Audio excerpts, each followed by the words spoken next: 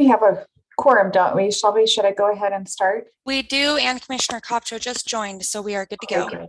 Welcome, Commissioner Copcho. I will now call the Salem Planning Commission meeting to order for Tuesday, September 21st, 2021. Tom, I think you have a swearing in for us. I do. Good evening. This is always a pleasure to engage in this ritual. And so if you'll raise your right hand and repeat after me. I say your name.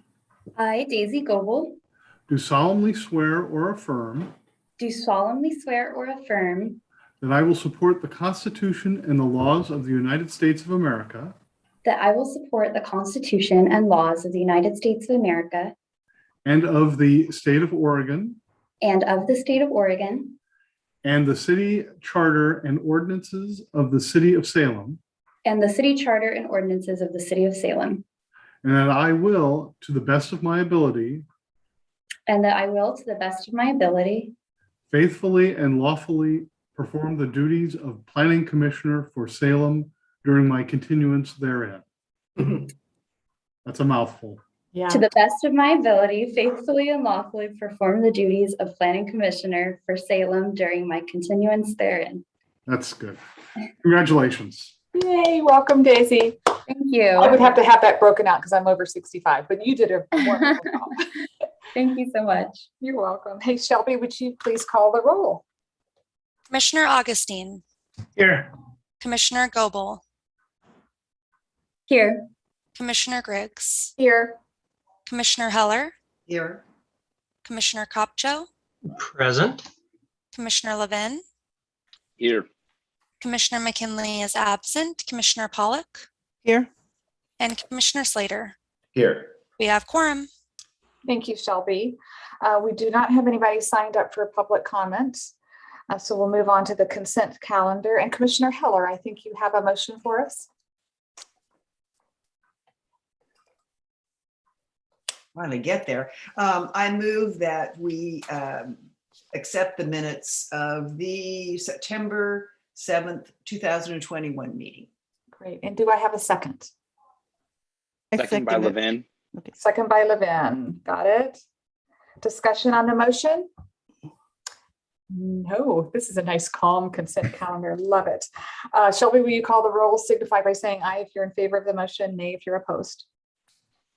Commissioner Commissioner Augustine, So I did review the video, so I will be able to review this, and I. Thank you. perfect, thank you. And Commissioner Griggs, Aye. Commissioner Heller, Aye. Commissioner Copcho, Aye. Commissioner Levin, Aye. Commissioner Pollock, Aye. and Commissioner Slater. Aye. Thank you. Motion passes. We'll move on to the 5.1 deliberations only on FRPA 21-01. For the record, I would like to note that I did listen to the August 17th meeting, the 3-hour, 52-minute meeting twice. Yes. Lovely. Just for the record, was everybody else there for that meeting? I was not present, but I did the same thing as you. I had to listen to it twice because it It's a was mouthful. a lot. Okay, thank you, Leva. Any other comments on that order? I think we're ready we'll move into deliberations. Just as a reminder, we can ask questions of staff, the applicants, and the appellant, I believe, are also here to answer questions. We just can't bring any new evidence in on the deliberations. Bryce, did you want to say anything?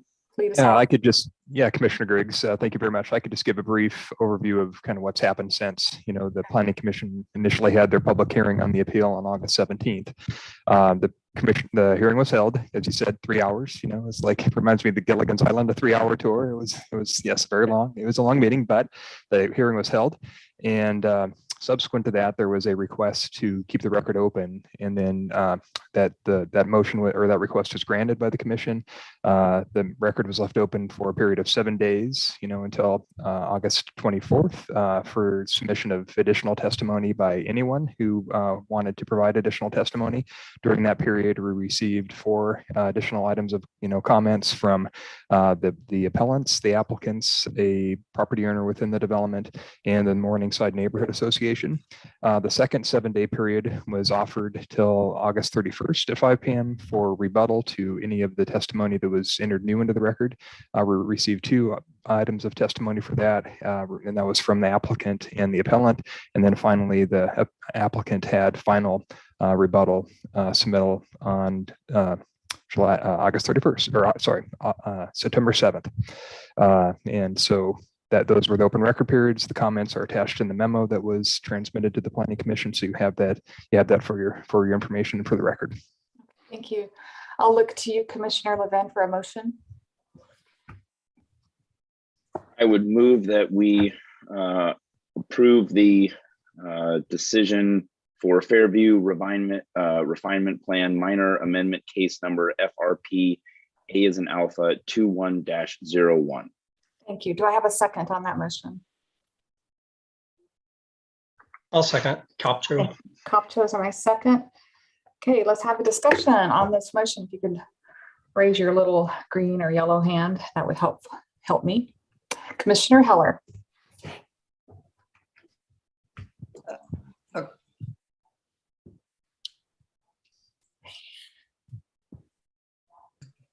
There we go. Finally got to it. Bryce, there's been so much information that's been brought forth. Is it possible for you to explain, sort of to clear up the confusion about what processes the applicant has to go through? Let's say this is approved. Then what processes do the applicants have to go through after that to get final approval to build? Well, the next step would be to submit for site plan review, and potentially if it's a multifamily development that's only multifamily, they'd have to go through design review with that for multifamily, and then a building permit. So in the city of Salem, we have site plan review. If it was for single family uses, those are exempt, from site plan review, but anything that is commercial or pretty much other than single family and 2-family.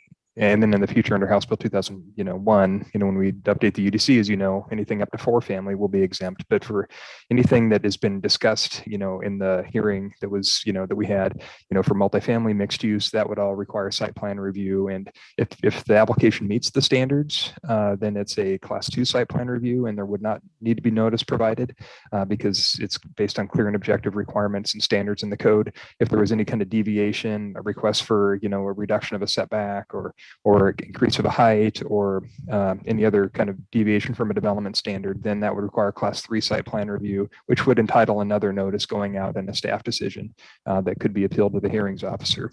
And then this similar thing for design review. If you meet the standards for multifamily as further modified by the refinement plan, it would just be a Class 1 design review subject to the standards. And then if they needed to deviate from any of those standards that apply, it would be an adjustment that would be a trigger for Class 3 site plan review and notice. So essentially, if you meet the standards, it would just be site plan review and without notice. If there's any deviation from the standards, it would require site plan review and design review with a notice and opportunity to comment. And then after that, the building permit would, come in. Follow up, Commissioner Heller. Yeah, one more question.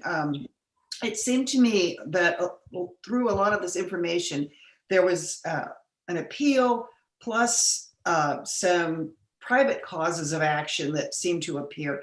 Can you separate for me what the city can do versus what a lot of these, what I think are private causes of action? Can you help straighten that out? And when you mean like private causes of action, are you meaning like things that are kind of beyond the scope of what the city would administer in terms of the refinement plan?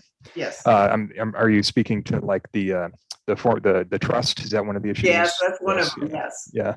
So the trust, as provided in the documents in the record, it's identified in the refinement plan as it mentions a trust and the CCNRs and the homeowners association as mechanisms to regulate and the provision of infrastructure and to fund it. In terms of what the code requires in chapter 530, which is the zone, which is in the record, it requires that all refinement plans have a draft form of financial assurances. And in the record, when you look at the refinement plan, there is a section that deals with financial assurances, and those financial assurances are specifically in the refinement plan identified as being the development agreement in the district that was created between the Fairview site and its developers and the city, which deals with off-site improvements mainly for roads and infrastructure that result from the impacts of the development. And so it's that development agreement, between the Fairview development and the city in terms of offsite infrastructure improvements. As was indicated in testimony from the applicant in the record, the city's land division code requires private streets and other private common areas and everything to be managed by and funded perpetually by homeowners associations and those funding mechanisms. So in terms of the financial assurances argument the trust not being set up, that is something that it would not be, under the authority of the city. That would be a private owner to property owner issue. And the main thing that the city is looking for is a mechanism for that infrastructure to be funded. And even the refinement plan mentions that infrastructure funding, it does mention in the refinement plan that fees established with it from an HOA, on members is part of that. So we see the trust as not being something that the city would be involved in. That would be a private property owner dispute or private property owner matter. And then we just want to make sure that the mechanism is in place to fund those improvements, which the HOA is the mechanism to do that and through its funds. So we don't interpret that a trust needed to be created. Thank you. Then sorry. Oh, go ahead. Bryce, did you have something else you wanted to Well, add? and then in terms of, the other, the standards in the, refinement plan, it's when you look at the code and the refinement plan and how they relate, the standards in the refinement plan set the standards. And then, if something is silent on a standard, then, generally, the code, the SRC, comes in and takes the place, on certain standards. So, certainly, setbacks, design review, use, those are all things that we're involved in and enforce from the city. Street, parking on street and off street, that's something we're also looking at in terms of refinement plans and development approvals. Okay. Commissioner Slater. Thank you. I have a few questions for staff, and I'm not sure who to direct it to, so I'll ask my questions and you can field it appropriately. I am concerned in this vote as I make my decision that I look at the correct criteria that is available to us as a commission. There were a large number of complaints that were brought up. And for me, I want to make sure that I consider those that I can consider and put aside those I can't. And also that I make sure the applicant and the appellant are aware of what we are considering as a commission. So I guess I have a series of questions, perhaps for Lisa, perhaps for Tom. My first question is whether or not the commission can take a look at the history of the applicant and whether or not the applicant has delivered or fulfilled the promises that they may have committed to the current residents. That was a particular theme throughout, I think, the appeal, whether they could trust the applicant and whether we as the city should allow the applicant to go ahead. I don't know if that is within our purview as the commission. Perhaps Tom or Lisa could answer that. Well, I'll give it a try. No, so I'll say no. The application is what are they proposing, and then what are the criteria that apply to that, and does it meet the criteria or not? I would say from the city standpoint, we should never make a decision that the result is we have to trust the applicant to do something in the end, right? So we approve something like a refinement plan, which again is basically like a mini zoning code for this property. We're not trusting that they're going to do something, right? When their permits come in, then people at the city, planners, public works, building and safety review that development against what was adopted by the commission. So it's not really, are we trusting them? If there's something that we think that they say they're going to do that we need them to do, it needs to be made a condition of approval or be a permitted use in the zone or not a permitted use, or that setback needs to be reflected in the refinement plan, et cetera, right? It needs to be in their application or on a condition of approval. If it was just discussed and it's not prohibited or required, then they didn't do anything wrong by not doing that later in the future. I don't know if that helps explain that. Sure, if I just have a quick follow-up, then I think that Sure. what I would ask is that there are commitments that a developer may have made in the course of the refinement plan or in the course of something like a site review plan. And then there are commitments or hints of commitment that are made in the course of selling a vision for a community and selling particular properties. And that seems to be one of the sticking points here. So my understanding is that, it's not the commission's responsibility or even authority to kind of arbitrate as to, who failed to meet their sales promises and arguments like that. Yes, I would concur with that. Okay, thank you. That does seem to be a particularly distinct part of this appeal. Secondly, I guess there's the question of whether or not either the applicant or the appellant's view of the application aligns with the vision for the community. My understanding is that, again, as a commission, we're not here to make a determination of what that vision originally was and whether or not the current refinement plan meets that vision. But am I mistaken in that? Well, the refinement plan has to meet the goals of the Fairview plan. And so I would say the Fairview plan is the vision for the property and the refinement plan when it was originally adopted and now the proposed amendment in front of you does need to be found to be in conformance with the larger vision in the Fairview refinement plan or the Fairview plan, excuse me. But I would say that's a document with broad goals, right? A broad vision. And then each refinement plan is a more specific goal or plan by a developer about how they're going to officially implement that. It gets down to lot sizes, setbacks, that kind of thing. So it's much more specific. And I don't know, Bryce, if you wanted to add anything to that. Yeah, and I would add one of the criteria that is specifically applicable to a minor amendment is the proposed amendment does not substantially change the refinement plan. That's criteria E1A. So that's the first criteria. So, not substantially changing the refinement plan is an evaluation of its conformance with the vision of the refinement plan. And I guess one thing I'm trying to distinguish again is the difference between the written refinement plan that we look at and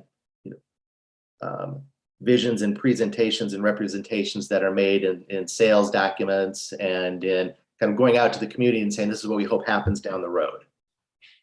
It's purely the document, the written document.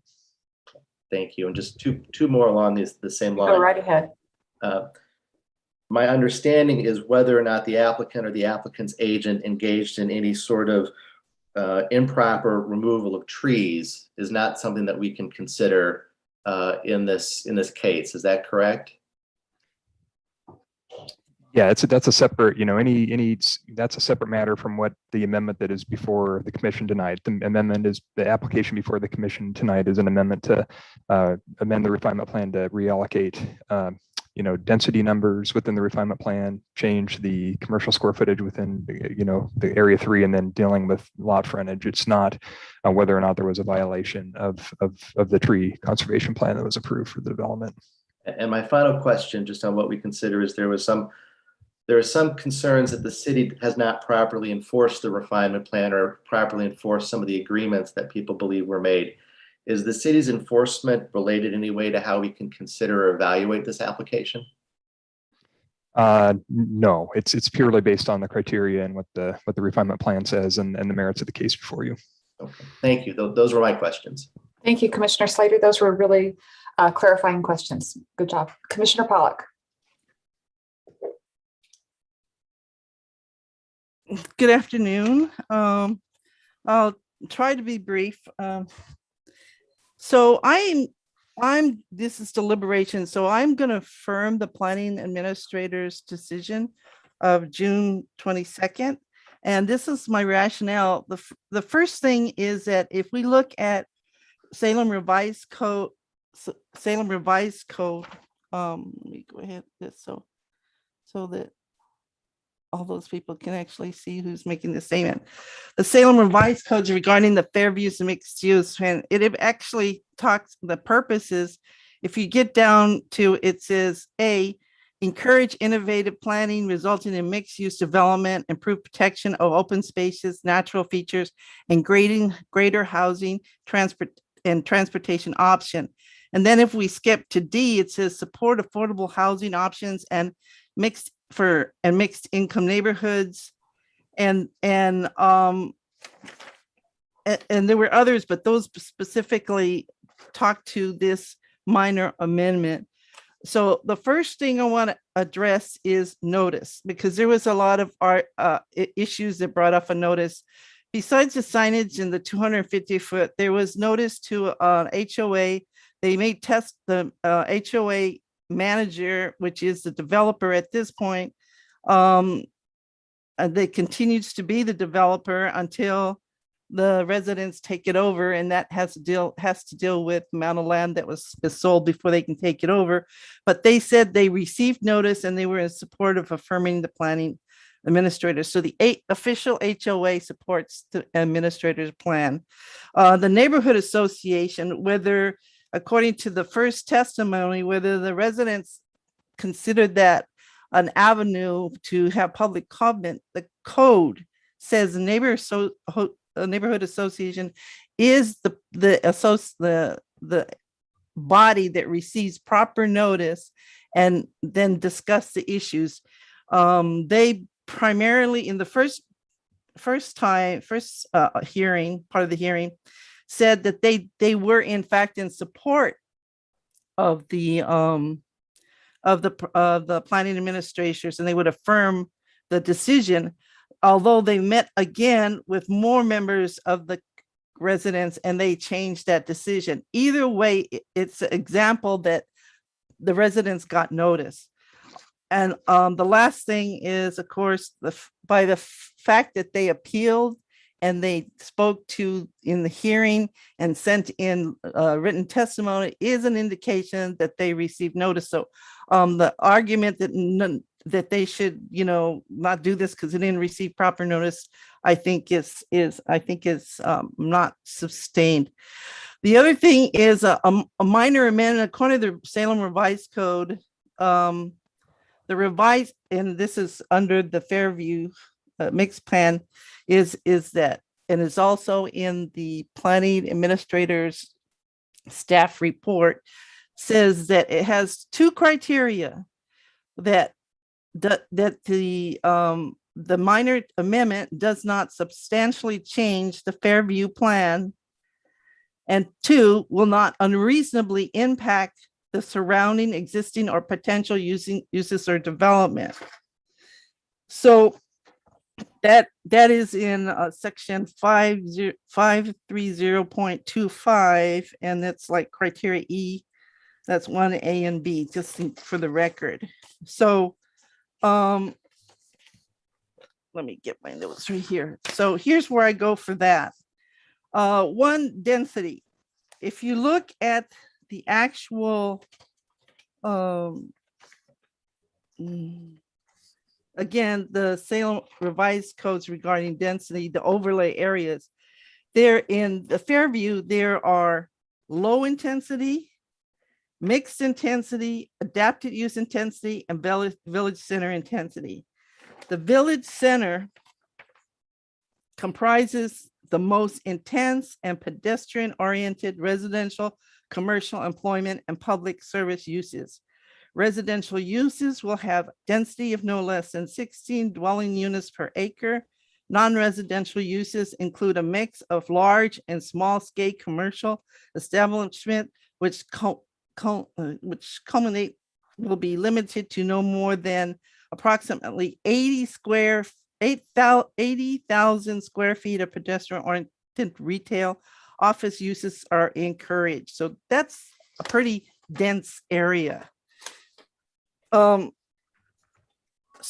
as far as not substantially change, if I looked at the revisement plan itself for area 3, which is what the subject area is, it says primary use, regenerate existing buildings into mixed uses to support communities square activities with potential uses, but not limited to the following: cultural facilities, bed and breakfast, boutique hotels, interpretive museums, performing art facilities, art studios, carpentry workshops, craft shops, office, community storage, restaurant, daycare facilities, cafe with performing arts event, community meeting halls, community cooperative uses, libraries, mixed use, commercial, residential, bakery, artist galleries, classroom facilities, retail, open air pavilion for farmers market, and community events.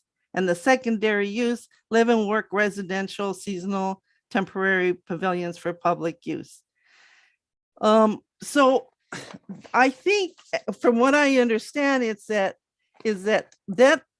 given what's in the revised code in this area 3, those are pretty defense and pretty heavy duty types of buildings that are going there that not only contemplate a lot of traffic for the that'll be if there's mixed use residents, but contemplate people coming in, traffic from outside coming in. So that's I don't see where this minor would substantially change. Now, the second portion of that B is would not unreasonably impact. Well, we heard testimony from Brian. It says that there's only a few pieces of land available for development, and he pointed them out in the map, and none of those areas are going to impact the current open space that's in that village center. And so given the fact that like he said, there may be like so money that they're applying for now, feasibly there's not there because of the limited amount of land for development. I don't see it unreasonably impact. And for all those reasons, like I say, I'm going to be supporting it because it's not only in conjunction with the revised code, but it's also in conjunction with the refinement plan as described in area 3. And then the last thing is we had testimony of someone from Portland who talks about, well, that some things are conflict and everything. Well, I'm going to go back again to maybe what I've said before, is that when an applicant files an application, we have to judge him or her on the basis of what's in the code, or in this case, a revisement plan at the time of application. So whether it needs to change or something like that, that's something that those residents will have to push their homeowners association to do. But I'm looking at the current, and the way this is, I believe this to be a minor amendment and an appropriate zone. And I thank you for letting me talk about that. Thank you, Commissioner Pop. Other comments? I'll just pipe in why others are thinking. I empathize with the residents that are living there now and the issues that they're facing with parking, with fire truck access, with the relationship with the developers. But I'm hoping everybody, including the appellants, understand, as Commissioner Slater pointed out so well, that we have to look at this case based on the criteria that's applicable. So it's a tough position, but in that position, I also will be supporting the motion. Any other comments? Commissioner Kopcho. Yeah, I like to let everyone go first. It's the Texan in me, I think. You're from Texas? What's that? We didn't talk about, born and raised. Wow. Yeah. You're welcome for my presence. Okay. So, no, I think a lot of what I wanted to say is already said. That's kind of why I wait, because I feel like everyone here is so smart that half of what I want to say is going to get said anyway. But I agree. I do empathize. I don't think we've had, or at least not in my tenure, a more provocative minor amendment than this, where virtually an entire neighborhood and then the Morningside Association also submitted testimony later, in opposition of a minor amendment. And I don't think I've seen that before. So we have that, to consider, and I think we should, and we are appropriately considering that and weighing that against the criteria that we have, right? That's what I've heard so far. It strikes me, though, that some of this, and I just want to make sure that I have this out there on the record, some of the opposition that I heard and saw or read talks about how they, are very climate focused or environmental focused, some of the residents, and how the increased density will increase traffic and be bad for the climate, which is the opposite of the truth. Increased density, all of the literature shows how increased density leads to emissions reductions, which is why we're working to that. And at the same time, we have a housing crisis, and I don't think that's a secret to anyone. So, these are other things that we have to think about, and it's just striking for me to hear opposition that seems virtuous but leaves some important things out. And I want to make sure that that's said. At the same time, I do hear the frustration, and I get that. And so it leads me to actually toil with what otherwise would be a pretty straightforward decision where we have criteria to make. But when we have such overwhelming kind of support or opposition in this case, it does lead, at least me, to really take time to consider if I've missed anything or if there's something lingering out there that needs to get said. And I'm thankful to have folks like Commissioners Pollack and Slater who ask very pointed questions, and Heller to get to some of that. So none of that is to say to how I'll vote, because I'm not 100%. So we'll see how it turns out. So. Fair enough, Commissioner Koch. So Commissioner Slater. Thank you. Well, I'm going to vote no on the staff report. I agree with Commissioner Pollack's reasoning related to the Fairview amendment, that this is a minor amendment to the Fairview plan. I disagree when it comes to whether there is a reasonable or unreasonable impact of the proposed development on this community. And the reason I disagree in this case is primarily because this community is particularly custom. It is built, the physical structures and infrastructure in this space is unique, and it was built in a certain way in order to get a certain outcome. There's been some thought provided as to land use in terms of open spaces, in terms of view sheds, natural resources. And I simply, in this case, don't believe the applicant has met the burden of proof in showing that there is not going to be an outsized burden from this development. I think that some commissioners have found lots of arguments to say that, but I don't think the applicant really has made that case. I thought one of the comments from the appellants was important, and they said the applicant is making claims but is not providing any evidence. And I think that's a good point. We have lots of evidence on the record on the street design, the way that bikes, pedestrians, and cars share a very narrow space, how it was not really designed for on-street parking. That's very persuasive evidence. But from the applicant, I don't have any evidence that they have thought about how to mitigate that impact. Whether I like the idea of keeping traffic out, or whether I like the idea of more or less density, I just don't see how we can have that level of density in that space with that particular physical infrastructure without having some real documentation around the mitigation of traffic and pedestrian safety. For me, I really would have wished this would have come in with a site review plan. I think given the specific kind of bespoke nature of this, really to have shapes and forms on a map with parking plans would have given me the kind of evidence that I would need to support this. But absent that, I really think that the community has made their case that this is going to be a disruptive impact. And so I'm going to be voting no. Okay.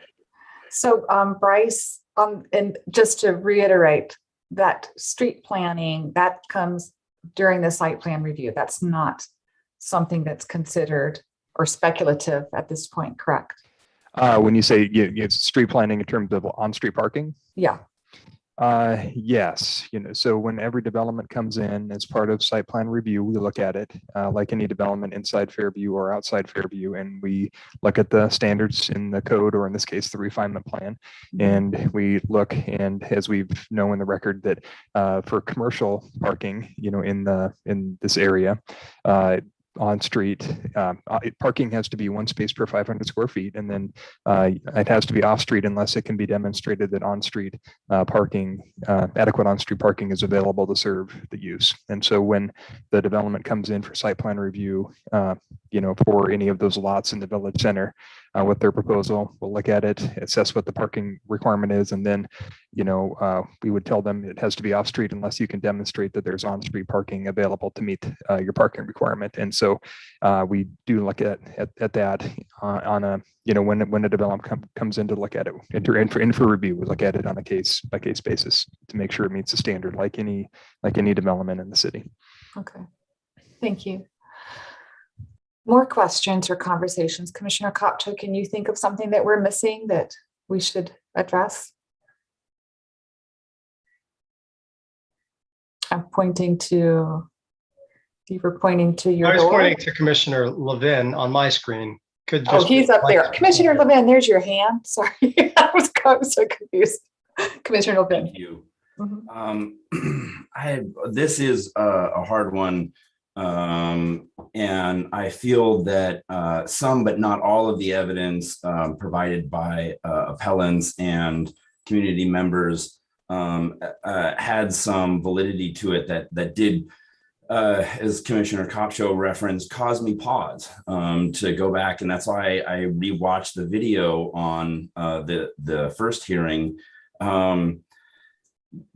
This case reminds me a lot of a very contentious, not very fun, and excruciatingly long hearing early on in my tenure regarding some property near Creekside and Creekside Golf Course.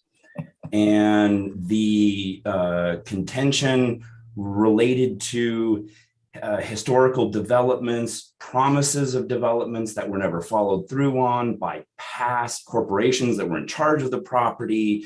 There had been turnover, there had been defaults, there had been stuff that had fallen through, even on the city's part. And it was on. And so we're going back over stuff that's 20 years old or longer sometimes.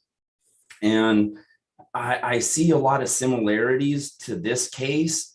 And for somebody who was born and raised here and moved away for a long time and then came back, Fairview, Sustainable Fairview was this neat project that I was seeing in 2005. And what I've gotten to observe of this, and having been on the Planning Commission now for the last 6 years, and seeing some adjustments and proposals to different portions of the site, in my opinion, this site was flawed from the beginning. And I'm sorry to anyone in the neighborhood that's listening to this that takes great offense to that. I've always held this opinion to myself, even meeting with some of the original members when they were asking other real estate professionals their opinion of what to do as markets were falling apart in 2008, and this glorious vision of utopia was turning into desert wasteland, not physically, but just emotionally and mentally. And so from what I've seen, it sure looks like there is so many expectations, restrictions, desires that are a part of the refinement plan to this development that it is not feasible. It's just simply not feasible. I think it's like John Muir Lane. It's like one of the original little loops has like 3 houses on it. It's never been, the whole loop has never been finished. Even today, it's still like there's all these empty lots. and those barriers are related to the expectations of what a person is going to do when they build their home, or what a home builder is going to provide as far as eco-friendly design, off-street or on-street parking, or the this or the that, or the, I'm sorry, there's too many restrictions to this property in general. There are inherent problems that will always come up. So unfortunately, there's a lot of people that are upset about what they're living in. And the fact that there's going to be change to that pretty picture from over 20 years ago. And two, that pretty picture never materialized because of all the problems that weren't well thought out and articulated in the original plans, making it viable for people to continually build out whether markets go up or down. So ignoring the emotion, looking at what's been presented by the applicant and the problem that this neighborhood and master plan development have had for so many years, I'm leaning towards supporting this because it may not be popular with quite a few folks in the neighborhood, but that doesn't mean also that they're right, or that this does not meet the criteria. And so it is a hard one, and there's been a lot of questions to think through and logic. But from my perspective, there's some seriously flawed issues with this property to begin with, that it's almost hypocritical at this point to say, but we don't like that, so it doesn't work. So much of this hasn't worked for so long that it's time to do something to try to figure out how to make this work. Those are my opinions. Thank you, Commissioner Levin. Other conversations? I don't want to rush through this. This is a big one.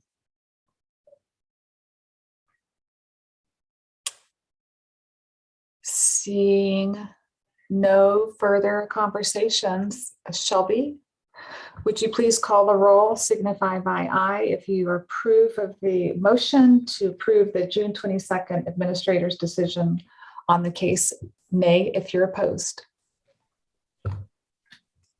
Commissioner Augustine, Aye. Commissioner Griggs, Aye. Commissioner Heller, Well, this is a tough one for me, but I'm going to vote aye. Commissioner Kopcho, Nay. Commissioner Levin, Aye. Commissioner Pollock, Aye. and Commissioner Slater. I think Commissioner Levin did a very good job of getting me almost off my no, but I think I'm still going to stick with no. Yeah, if you could just do a half vote. He's half. Can we do yes, those? half Can we do those? 0.5 aye, 0.5 nay. Got it. Thank you, Shelby. And Goebel abstains. Yes, exactly. Okay, great discussion on a really tough case. I think I'd agree. That's probably one of the tough, next to Creekside, toughest ones we've had. Moving on to special orders of business. We don't have any. We don't have any information reports. I think we move right on to we don't have public comment, correct? Correct. Correct. And to you, Lisa, for the planning administrator's report. Great. Just a reminder that we have a public hearing on October 5th at our next meeting on the UDC code amendments. So it's a big package. We've made some changes since the work sessions based on feedback we've received. So Bryce will go over all of it at the hearing. That's the only thing that night. And as always, or some of you maybe haven't been here for code amendments, it doesn't have to be passed that night. So if we go through it and by the end of the night, there's consensus that something else needs to be addressed, then we can bring it back at a further date. So keep that in mind. And then a reminder again, October 18th, we're having our joint work session with Planning Commission and City Council on our Salem. We'll send to the new commissioner information about that, so you get it on your calendar. And the draft Comp plan will be released probably within 2 weeks. We're waiting to get it translated into Spanish, hopefully before we get it released. So, and the zoning map has been released. So that's out there. I can't tell you how much I'm looking forward to that UDC conversation. I think I could actually relax one night. Commissioner Slater and followed by Commissioner Kopcho. Questions of Lisa. Thank you. I have a quick procedural question on the UDC code and then a second question. So do we treat the UDC code as a package, or do we vote on individual pieces, or do we separate those if the issue comes up? How is that handled? It's voted as a package, but there can be amendments. And I feel like last time, about 2 years ago, we brought a big package, and I think we ended up with 10 separate motions for amendments. Not all of them passed. So it was very detailed notes and the votes. And but at the end, then it was a recommendation on the entire package with proposed amendments to the package that went to City Council. Don't we talk about it one particular section, have a conversation? So if a motion might come from that discussion, then we move on to the next disparate. Yeah, I think Bryce, he already jumped off. He's out of here. Maybe he's already working on his presentation. I think he'll do something similar to what he did at the work sessions, where he kind of goes over, the middle housing or the poultry, which was a hot topic, right? The managed campsites kind of as a package together, and then comments that way. Thank you. And then one more question, if I Sure. may. So Lisa, you and I had a conversation about what it might take, or what you thought it might take to add the riparian provision to Salem Revised Code, the riparian setback in Goal 5. Can you share what you thought that we might have to go through, what that process might look like if we decide to take it up? You mean to do a Goal 5 project, or you mean to just add setbacks in the code today? Not the whole inventory, just the piece about the riparian code, which I think was the stumbling block for me, at least in the last case. Yeah, so Commissioner Slater and I were talking, and the city could just decide to propose and adopt a setback now for all properties along creeks and waterways. We haven't done that because, one, if you were to ask me, how many properties does this impact? I don't know. How many of those properties have buildings already built in the 50 feet? I don't know. We haven't done any outreach on it. We haven't done any notification. So it seems like a kind of larger conversation to have versus the staff just writing a 50-foot setback for all properties along a creek that we don't, currently have today. So that's why we didn't put it in this amendment, even though we are putting in the 100-foot setback for the middle housing, the duplex, triplex that the state's requiring for those new units next to a creek. So that's why we haven't done it. I don't know. Is that what you wanted me to share? It seems like a lot of work, and that it would potentially impact a lot of people without us having done anything to notify folks and have that conversation with the community. I did. I thought it was a reasonable point. I may have a different opinion, but I thought it was a reasonable point, and it was good to get on the record for my colleagues. Great. Thank you, Commissioner Slater. Commissioner Kopcho, you have your hand raised. I do. Lisa already answered one question, is just a reminder of poultry. I think back 2 years ago when it was ducks, I think was the big ducks and bees was the hot ticket item. And now we have small Quail, pheasant. Quail, pheasants. Yeah. Our new commissioner is going to love all of this, I'm sure, because it's very exciting, but you don't expect it to be. Or at least it's exciting if you're a planning commissioner. If you're any other person on the planet, you're just like, what are these crazy people doing? So the other thing I had was a joke about setback requirements and eliminating them, and that's all I'll say. The third thing is related to our Salem neighborhood hubs, the work session we have. Has there been any movement on the total number of proposed hubs? Yes, the number has been reduced. I want to say it was like we started with 11 and then we heard it wasn't enough. And then last fall we went to 33, and I have to check, but we're down to like 20 something. So there were some hubs that caused a lot of concern in certain neighborhoods where people were just, kind of losing their mind over the idea, actually. So we created some criteria about, what would make a good hub. Does it have sidewalks? Is it, Eunice and Austin went and visited every site and walked every site And then based on that, took some off of the map, and we have released that already. So some people have calmed down. And then there are some people that are like, oh, you took that one off. I really liked it. And we're like, well, your neighbors didn't, and you didn't speak up. So that's where we're at. We have reduced the number. And so at the work session, Eunice will give an overview of all the changes that we've made and then the next steps, because we're basically done. We're not changing the map anymore. It's not a, oh, you want us to rezone your property, we'll add it to the map. Like, that time has come and gone, because we're going to start initiation for the adoption process. By December, we'll start the initiation with hopefully the first hearings at Planning Commission in January is our goal. And I should have said that last night there was a work session with the council on the climate action plan. You know, some of you are in the task force, so maybe you watched it. If those of you didn't, you can watch it on YouTube. I thought it went really well. There was a draft list of strategies that the city can take for climate action, and they went over well. Although a lot of the counselors said, I'll have a lot of questions, I'll contact the staff outside of this. So I don't know what all their questions are, but and I think the plan is for that to be adopted by the council in December. Okay, perfect. Any other questions for Lisa? Any comments for the good of the order? Commissioner Pollock, did you have a question for Lisa, or is this a comment? A comment. Yay. Okay. So I know that Lisa sent out an email about a planning commissioner handbook. But one of the things that I had mentioned before was about evidence. And I just wanted to read the Salem Revised Code regarding evidence. It's section 300.950, and it says here, evidence, witness, site reviews, official notice. And it says, A, the technical rules relating to evidence and witnesses set forth in the Oregon Evidence Code shall not apply in hearings under this chapter. This is the UDC. And any relevant evidence may be received by the reviewing authority. Relevant evidence is any evidence having a tendency to make the existence or non-existence of a fact that is of consequence to the land use approval more or less probable than it is would be without the evidence. Okay, law school is coming back at me with that statement right there.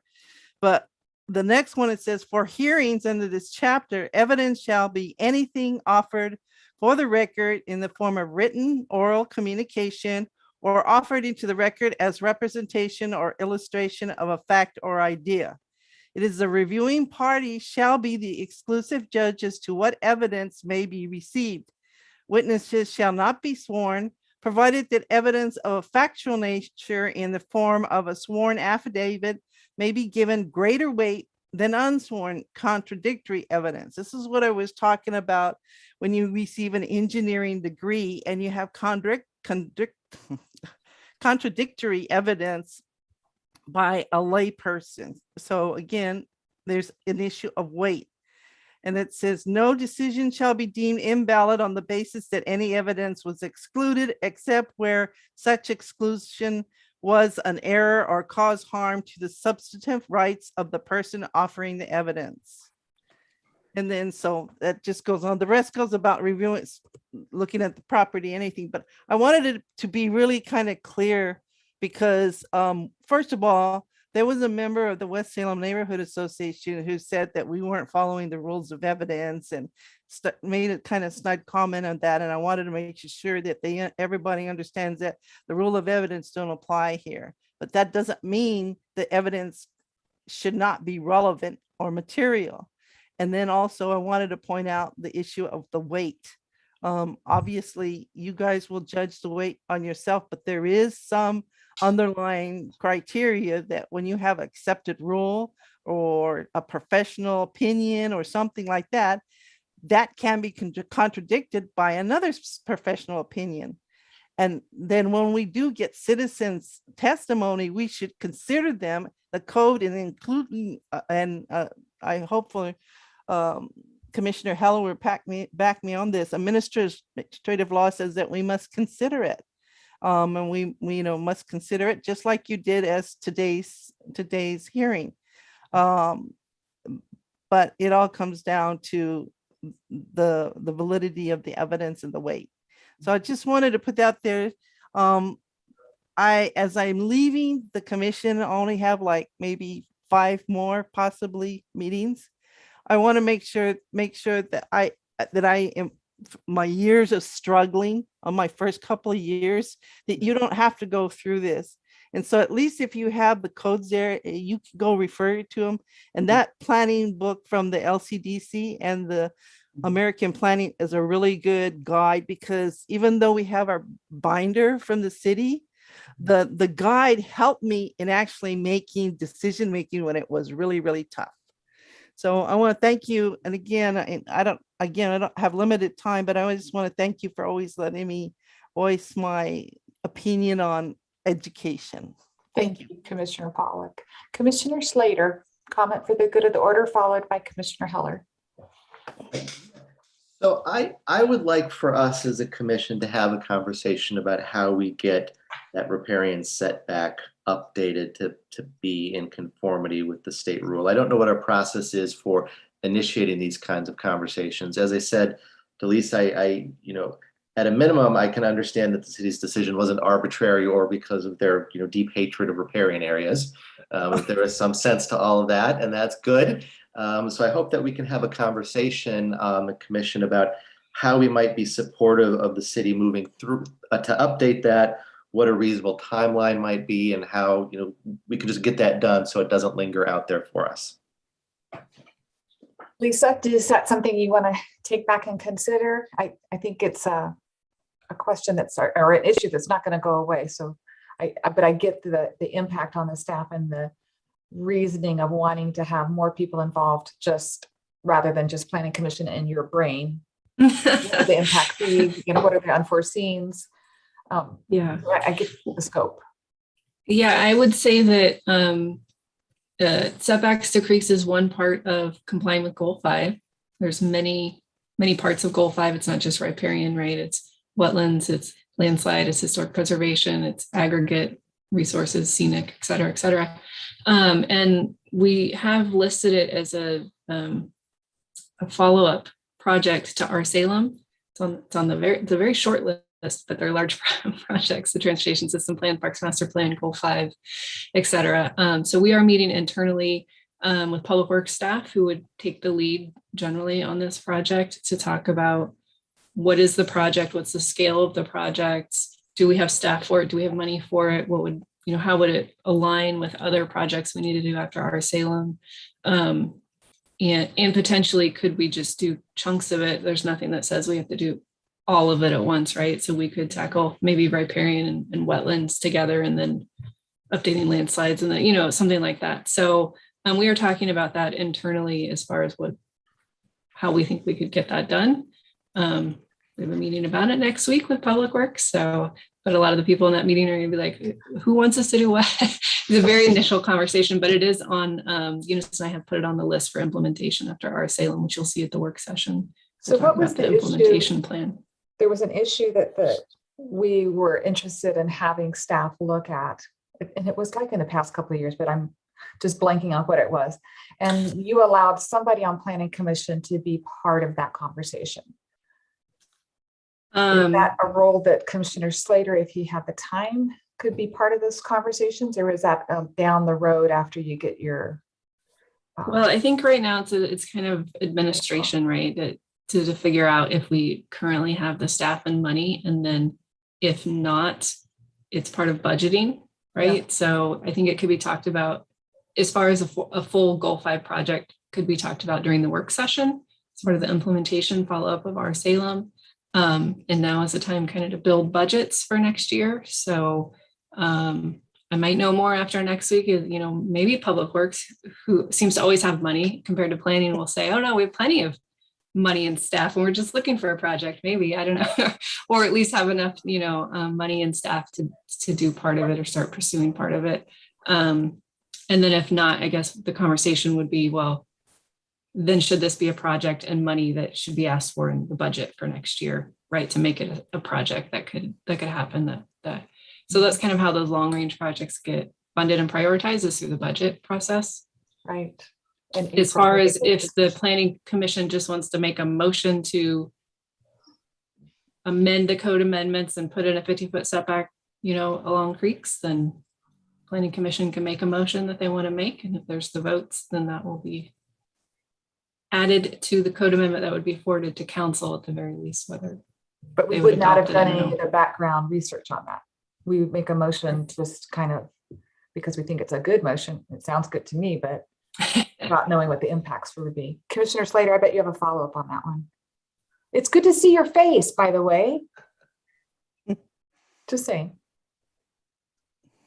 Yeah, the camera's on. Uh-oh, I need to fix that. That was inadvertent. I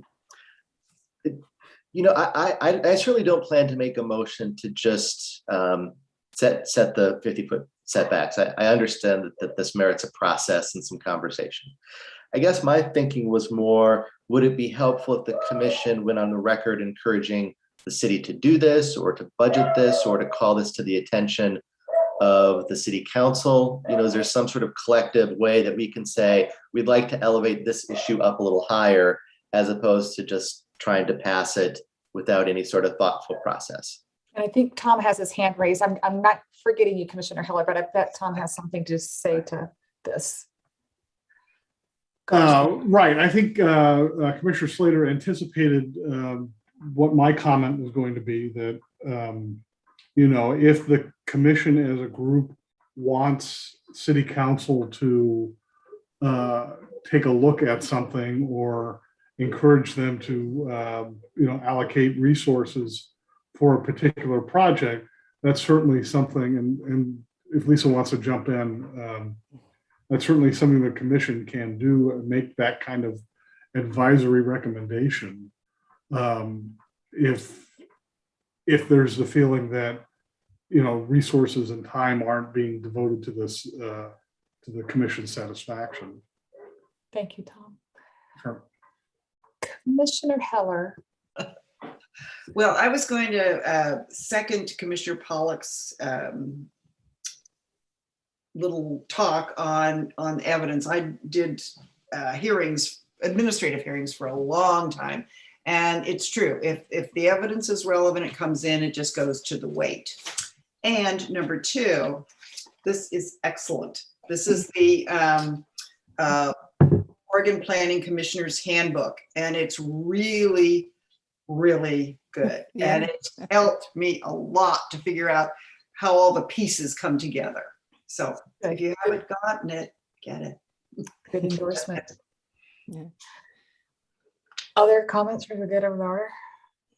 Commissioner Pollack. I think I want to support Commissioner Slater's statement about one thing that West Salem Neighborhood Association did collectively and through the Beerley EM and Anderson's statement from the neighborhood as whole is that they basically said that there's a problem with the outdated, creeks and things such as that. And then they also made statement that they went to a meeting where Bryce also said it was severely outdated. So I think that, we may not necessarily say do it, but if we could say that we're very, very concerned that this is outdated and that it's actually having an impact on some of the decision making we have because it's not updated. I think I think we could, I'm seriously saying that I would support, Commissioner Slater's effort to make that come to a fruition. Thank you, Commissioner Pollack. Commissioner Kopcho. I just want to jump on the bandwagon for the good of the order discussion because it's so lively today. Maybe because it's so early and we still have energy. It's not a 3.5 hour meeting.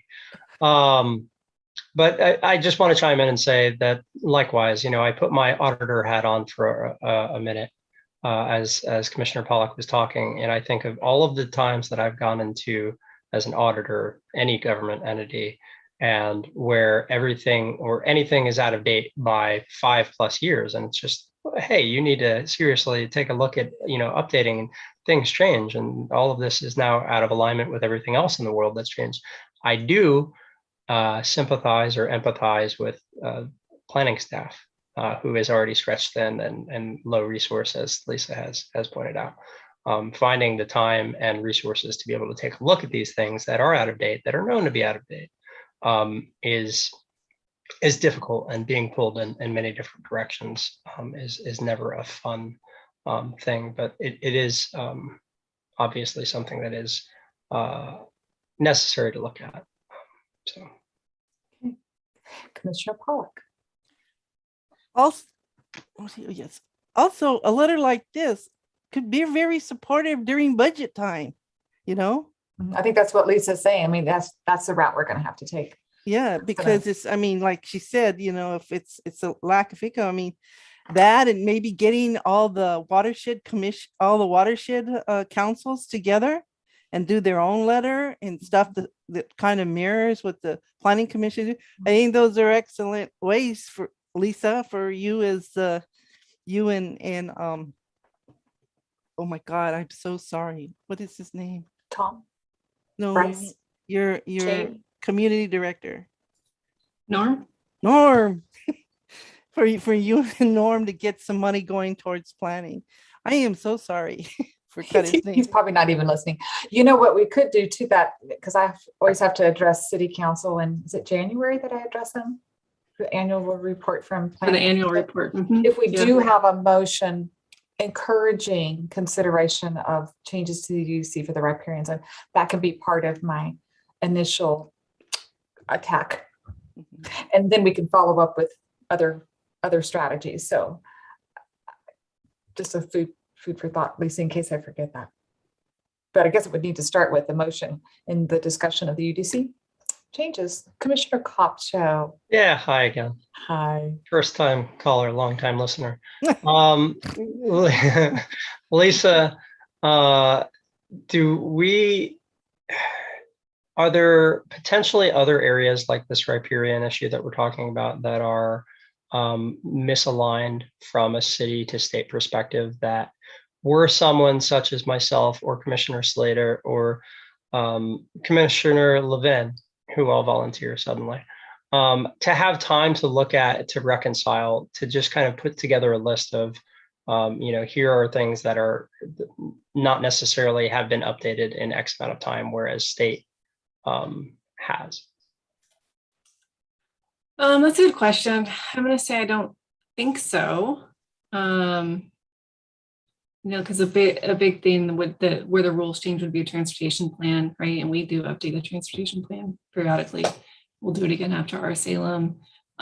Historic preservation, we are like the top program in the state pretty much, even though it's part of Goal 5. So we don't comply with all parts of Goal 5, but we do really well there. And then, we have, I think the problem, like the city used to not track all of that. And now we have there's like staff in every department that track all the legislative changes and intensely. And the city has a lobbyist and all this, so we track all that. So we know when the things change, the rules change and then implement them. And for a long time, there wasn't a lot of activity on the state level like there is today. With the House Bill 2001, I mean, we're ahead of schedule for adopting that. There'll be new climate rules that are going to, affect zoning, parking, transportation plans. We're on the committee for that. So pretty much on top of it. I mean, part of the problem with Goal 5 is the timing of when it changed. The city was already in periodic reviews, so they couldn't make us do it then because they couldn't change the rules on us, just like we can't do that for others. And then we were in periodic review for 16 years because there were some serious disagreements about what the city wanted to do versus what the state wanted us to do. And then they stopped funding periodic review. So then that would be the trigger for Goal 5 is the state to come and say, oh, you're in periodic review. Now you have to bring all your plans up to, current plans. And that's how it's supposed to work. That's how the system was designed. But then the state lost their funding for periodic review. So someone else, if you want to go to a different body and lobby for funding, the LCD needs money and staff as well to make sure that cities. My lobby days are they're done. supposed to do. Yay. Yeah, but I'll ask the other staff. That's a really good question. Commissioner Kopcho and I haven't really thought about it. I can't think of anything off the top of my head, but I'll ask, and if so, I'll come back to you. Awesome. I would love to hear just a little bit, Daisy, about yourself. And I know you're from John Day.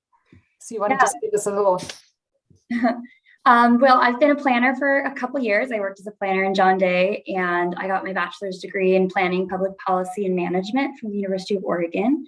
So we recently just moved to Salem. I'm working in Kaiser at AKS Engineering. My husband works down in Albany.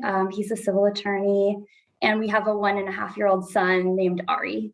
oh, fun. Yeah. Well, hopefully someday we get to meet Ari. Yeah. Great. Well, welcome and thank you for stepping up. I know it's a commitment. Any other comments for the good of the order? If not, we are adjourned and we'll see each other on October 5th. Welcome, Daisy. Welcome, Daisy. Thanks, everybody. I'm honored to be on the planning commission. Good.